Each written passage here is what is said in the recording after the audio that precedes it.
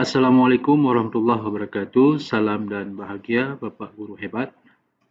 Kali ini saya akan mencoba mengisi yaitu E-Kin ya, E-Kinerja tahun 2024.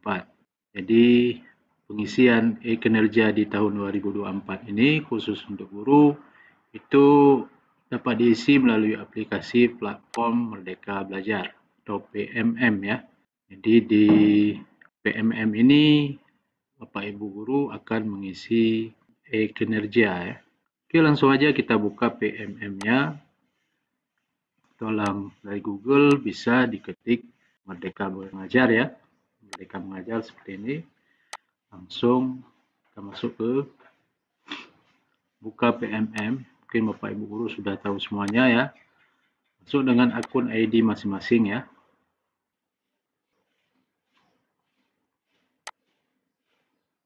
Oke, kita sudah masuk ke akun kita masing-masing ya, Bapak Ibu. Coba di tahun 2024 ini sudah ada tambahan menu ya pada pengembangan diri, yaitu pelatihan mandiri, komunitas, seleksi kepala sekolah, refleksi, kompetensi, LMS, pengelolaan kinerja. Nah, jadi kita akan fokus pada pengelolaan kinerja ya, Bapak Ibu. Oke, langsung kita klik pengelolaan kinerja. Jadi kita berada di membuka sistem ini dengan laptop atau komputer ya.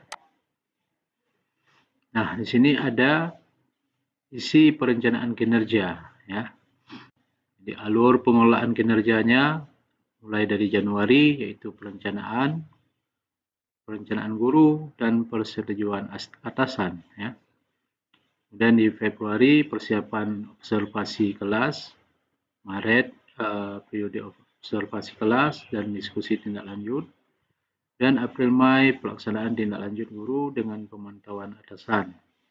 Dan di bulan Juni refleksi penilaian dan penentuan predikat kinerja guru. Jadi di sini ada alurnya ya. Jadi kita akan fokus di bulan Januari karena untuk isi perencanaan kinerja ini mulai dari tanggal 1 sampai 31 Januari ya. Nah, tapi jangan sampai kita isi perencanaan ini di akhir bulan Januari ini karena di sini ada persetujuan dari atasan.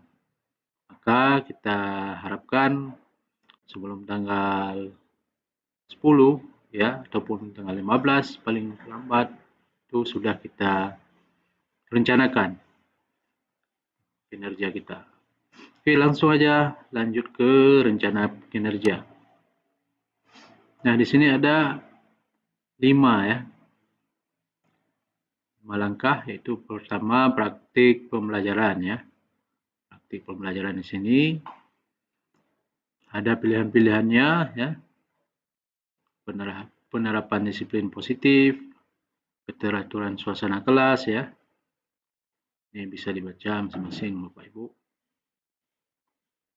Jadi di sini kita pilih aja yang ini. Langsung ke pengembangan kompetensi ya. Ini pengembangan kompetensi kedua. Nah, di sini dapat kita lihat ya. Pengembangan kompetensi ini berdasarkan Perdirjen GTK nomor 7607 ya. Kita harus memiliki minimal 32 poin per semester untuk memenuhi ekspektasi atasan. Jika kurang, mohon didiskusikan dengan atasan Anda. Jika lebih, ekspektasi Anda atasan akan semakin lebih baik juga. Pilihan rencana hasil kerja memiliki poin yang berbeda berdasarkan tingkat keterlibatan dan dampaknya. Nah, di sini ya bisa kita rencanakan beberapa rencana kerja ya. Bisa kita tambahkan di sini satu, misalnya bisa kita pilih rencana kita di semester ini ya. Misalkan meningkatkan kompetensi melalui peran sebagai penelaah aksi nyata mungkin kita ini bukan ini, ya, sesuai dengan tingkatan Bapak Ibu ya. Mungkin yang sudah menjadi penelaah bisa dipilih penelaah. Mungkin bagi saya sebagai guru baru ya, kita pilih aja. Nah, ini aja, meningkatkan kompetensi melalui peran sebagai peserta kegiatan pelatihan atau bimbingan teknis yang memperoleh sertifikat di bidang pendidikan. Nah, di sini misalnya ada pelatihan-pelatihan ya yang diselenggarakan oleh Kemdikbud ya, ini bisa kita pilih. Mungkin di semester ini ada 1 pelatihan atau 2 kali pelatihan kita ikuti. Atau kita pilih dulu yang meningkatkan kompetensi melalui peran sebagai peserta pelatihan mandiri ya, sesuai dengan model kompetensi guru, kepala sekolah atau pengawas. Nah, kita pilih. Jadi sertifikat topik, bukti dukungnya sertifikat topik. Jadi ini pelatihan beserta aksi nyata secara 8 poin. Nah, di sini pelatihan secara mandiri bisa kita ikuti di sini. Pelatihan mandiri ini ya. Jadi mungkin di target kita ya, di semester ini ada 2 pelatihan di PMM ya. Sehingga kita mendapatkan poin 16 ya. Nah, ini langsung poin 16.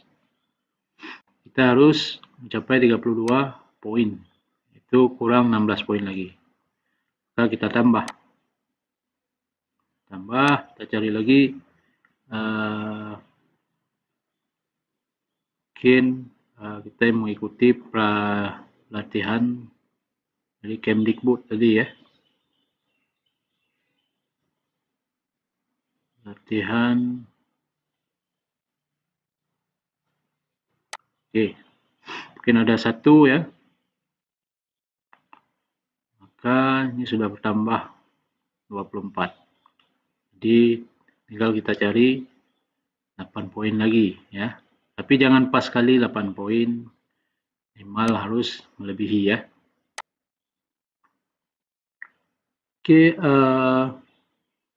berikutnya ini meningkatkan kompetensi melalui peran sebagai coach, mentor, fasilitator ya, atau pengajar praktik. Nah, ini bagi pengajar praktik yang ikut CGP ya, CPP. Kemudian meningkatkan kompetensi melalui peran sebagai penyusun cerita praktik yang dapat dibagikan kepada guru atau kepala sekolah. Nah, misalnya kita membuat sebuah cerita praktik ya, ini bisa kita pilih membuat praktik baik ya. Kemudian meningkatkan peran sebagai peraih pengakuan atau penghargaan terhadap kompetensi atau kinerjanya dalam berbagai wadah atau ajang. Mungkin ada yang ikut guru prestasi ya, bisa dipilih ini. Kemudian meningkatkan kompetensi melalui peran penyusun perangkat ajar yang dapat dibagikan kepada guru atau kepala sekolah atau kepala sekolah lain. Itu ada 24 poin. Ini bisa kita baca. Kalau ini mungkin ada yang sudah menjadi guru penggerak ya. Ini nilainya poinnya tertinggi ya, 128 poin. Saya pilih ini aja, penyusun. Kita coba nanti menyusun sebuah perangkat ajar atau modul ajar, kemudian kita upload di PMM sehingga nanti dikurasi oleh pihak Kemdikbud sehingga kita mendapatkan nilai ini kalau diterima ya. Oke, target kita apakah sudah mencapai? Nah, sudah 48 poin ya. Sudah melebihi dari 32 poin per semester. Oke, kalau sudah ada 3 ya. Ada 3 aja target kita di bulan ini ya. Untuk peningkatan kompetensi ya. Oke, kalau sudah langsung disimpan aja.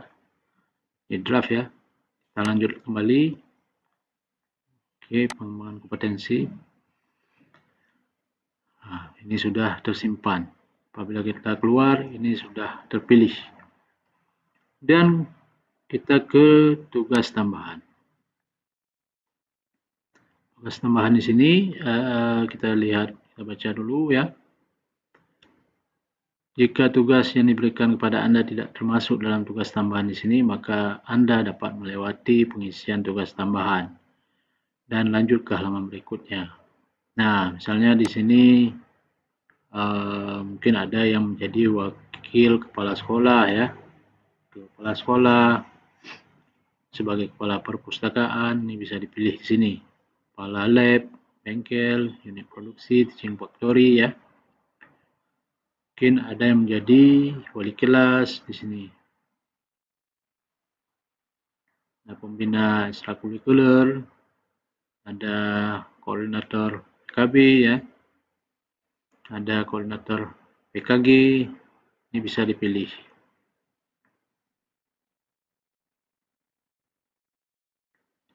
Oke, kalau nggak ada, kita pilih aja yang ini. Kalau saya sudah memilih sebagai guru piket ya. Oke, sudah langsung ke perilaku kerja. Nah, di sini ada indikator dan perwujudan perilaku ya. Untuk masing-masing aspek, pilih satu yang Anda ingin prioritaskan di semester ini. Misalnya aspek yang pertama yaitu berorientasi pelayanan ya. Apa perilaku yang paling ingin Anda fokuskan di tahun ini ya. Ini ada pertanyaan-pertanyaan ya. Apakah memahami kebutuhan peserta didik dan berusaha memenuhinya? Misalnya saya pilih ini bersifat ramah pada peserta didik dan orang tua tanpa membeda-bedakan ya. Nah, bagaimana Anda menerapkan perilaku tersebut dalam kehidupan sehari-hari? Nah, misalnya bagaimana kita menerapkannya? Karena saya bersifat perilaku yaitu bersifat ramah, maka saya pilih ucapkan salam dan sapa dengan sikap ramah. Dan akuntabel ya. Ini akuntabel, apa yang bisa kita pilih indikator perilakunya yaitu melaksanakan tugas dengan jujur, tanggung jawab, cermat, disiplin, dan berintegrasi tinggi. Bagaimana Anda akan menerapkan perilaku tersebut dalam kehidupan sehari-hari? Itu kita pilih melaksanakan pekerjaan sesuai dengan ketentuan, boleh bertanggung jawab atas hasil kerja yang dilakukan dan bersedia dievaluasi. Ini bersih. Oke. Dan kompeten ya. Jadi dalam hal kompeten kita di sini membantu peserta didik, rekan sejawat dan orang lain untuk saling belajar. Nah, ini boleh yang atas ini. Bagaimana Anda menerapkan perilaku tersebut? Seperti ini ya. Berikan kesempatan orang lain untuk menyampaikan pendapat. Fasilitasi proses berbagi pengetahuan antar rekan sejawat peserta didik. Harmonis. Aspek harmonis yaitu indikatornya yaitu menghargai setiap warga satuan, memberikan pertolongan bagi warga satuan pendidikan, mampu membangun lingkungan pembelajaran yang kondusif ya, ini harus menjaga hubungan baik ya. Mampu membangun lingkungan pembelajaran yang kondusif. Oke, bagaimana Anda menerapkannya? Berlaku adil pada setiap orang tanpa memandang kedudukan, jabatan, latar belakang. Menjaga hubungan baik dengan rekan kerja, atasan.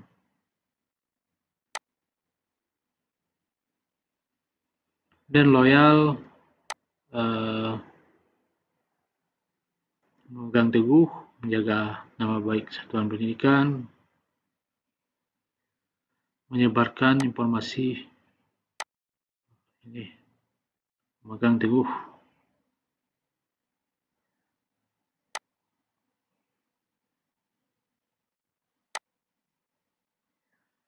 dan menyebarkan informasi positif tentang transformasi pembelajaran, ya. Apalagi kita sekarang ke konten-konten kreatif, ya, kita buat di media sosial, maka wajib kita menyebarkan informasi positif. Dan aspek adaptif, yaitu kita pilih terus berinovasi dan mengembangkan kreativitas untuk memajukan satuan pendidikan, ya. Bagaimana Anda menerapkannya? Yaitu membuat inovasi yang mendukung tujuan satuan pendidikan secara konsisten, ya. Memanfaatkan teknologi informasi untuk mendukung pekerjaan, ini boleh juga. Lupasnya ini, ya, karena dia terkait.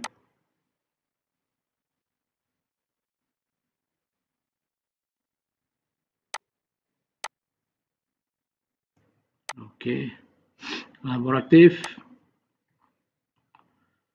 bekerja sama secara terbuka dalam menghasilkan dampak pembelajaran yang merata bagi peserta didik. Oke, bersinergi dengan peserta didik. Oke, ini aja. Oke, kalau sudah, kita ke rangkuman, ya. Nah, ini ke rangkuman. Kalau sudah sampai ke rangkuman, ya, kita bisa lihat hasil daripada kita. Pertama, rencana hasil kerja, ya, berfokus pada penerapan disiplin positif. Nah, ini yang kita pilih yang pertama tadi. Kemudian target kualitas, ya, satu kegiatan per semester, hasil penilaian observasi kinerja guru, ya. Rencana kerja yaitu meningkatkan kompetensi melalui peran sebagai peserta kegiatan pelatihan bimbingan teknis, ya. Satu kegiatan berdurasi 2 atau 3 hari secara 8 poin. Targetnya yaitu sertifikat, bukti dukungnya sertifikat, target kuantitas satu kegiatan, target waktu per semester, ya. Dalam satu semester ada satu kegiatan yang kita ikuti pelatihan dengan bukti sertifikat. Maka kita dapat nilai poin 8, ya. Ini yang satu tadi, ya. Mana dia? Oh ya, pelatihan PMM ini. Di PMM pelatihan mandiri, ya, ada 2 sertifikat yang harus kita capai, ya. 2 kegiatan, ada 16 poin. Kemudian yang ini menyusun perangkat ajar yang dibagikan kepada guru, ya.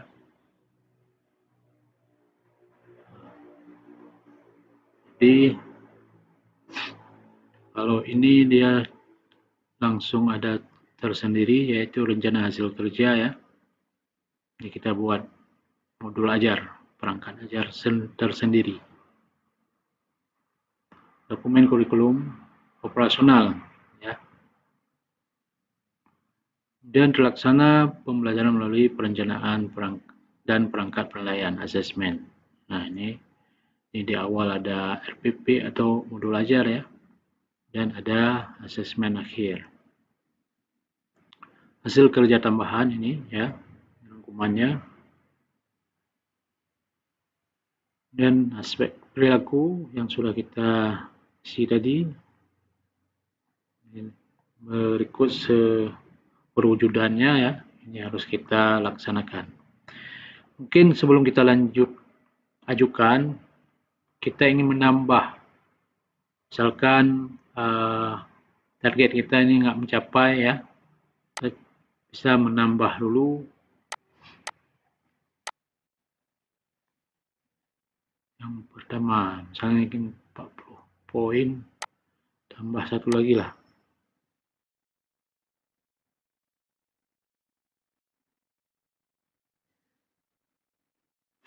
Berbagi praktik baik yang meningkatkan kompetensi melalui peran sebagai peserta, berbagi praktik baik.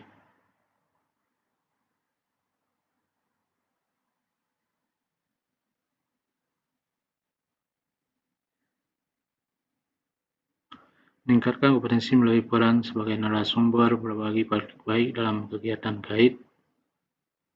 Oke, ini karena saya pernah mengikuti lokakarya berbagi praktik baik ya. Langsung lanjut ke perilaku rangkuman. Jadi saya sudah memilih ya.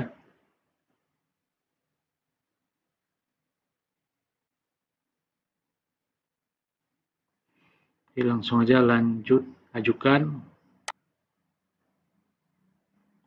Ajukan perencanaan kinerja ke atasan. Atasan akan lanjut memeriksa. Mohon diskusi dengan atasan terlebih dahulu atau simpan draft jika diperlukan. Oke, langsung aja kita ajukan ya. Nah, ini kita pertama memang sudah kita ajukan, kita diskusi dengan atasan. Lakukan diskusi sebelum batas waktu agar perencanaan Anda dapat segera disetujui. Kemudian persetujuan dan penyesuaian dari atasan. Berdasarkan diskusi, atasan lalu akan menyetujui dan memberikan penyesuaian jika diperlukan. Kemudian di poin 3 yaitu lanjut ke kesepakatan, lalu laksanakan. Sepakati perencanaan yang disetujui oleh atasan, lalu Anda bisa langsung ke tahap berikutnya, yaitu pelaksanaan.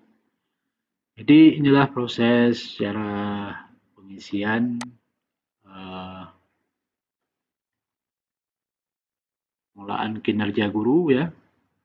Jadi di sini saya menunggu persetujuan atasan ya. Oke, ini hasilnya ya.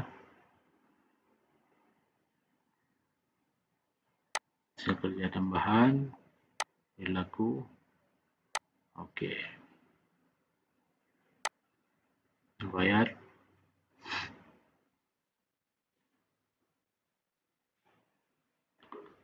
Oke, demikian cara mengisi pengelolaan kinerja guru. Semoga bermanfaat. Apabila video ini bermanfaat, jangan lupa like, komen, dan subscribe. Terima kasih. Saya akhiri. Assalamualaikum warahmatullahi wabarakatuh.